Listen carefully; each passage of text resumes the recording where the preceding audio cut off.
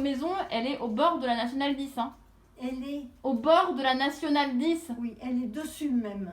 Alors, est-ce que vous pouvez nous expliquer ce que les vibrations, elles font à votre maison? Vous parliez du lambris.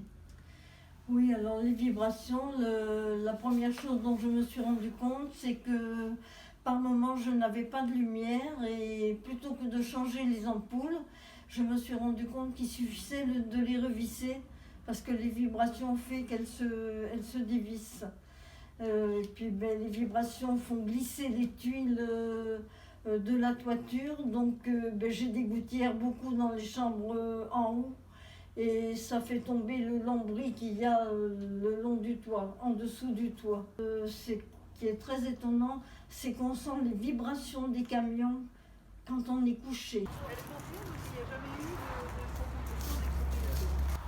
Ça fait déjà depuis plusieurs années que j'ai alerté l'État sur les conditions de vie des personnes qui sont ici, de cette maison et la maison d'à côté, puisque comme vous avez pu le remarquer, ces deux maisons sont vraiment à ras de la Nationale 10. Et donc avec des conséquences terribles pour ceux qui y vivent, puisque en plus, comme c'est expliqué, il y a déjà des camions qui sont rentrés dans la maison.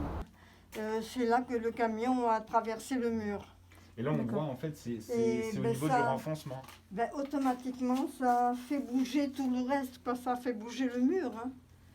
Les conditions n'ont fait que se dégrader de façon encore plus importante, là, avec les tuiles qui fichent le camp, la toiture qui est à refaire, etc. Et donc, ce qui se joue, c'est des gens qui ont mis des économies d'une vie, et qui se retrouvent aujourd'hui avec rien, parce que les biens ne valent rien. Donc je demande à l'État de considérer de près ces situations pour voir dans quelle mesure ces personnes pourraient être indemnisées du préjudice subi, voire expropriées aujourd'hui, enfin en tout cas obtenir un dédommagement des préjudices subis depuis des années et de manière à ne pas avoir perdu les économies d'une vie, quoi. Voilà ce que je demande. Et qu'est-ce que vous voulez, vous, aujourd'hui? Qu'est-ce que vous attendez aujourd'hui? Qu'est-ce que j'attends? J'attends que ma maison soit vendue à un prix correct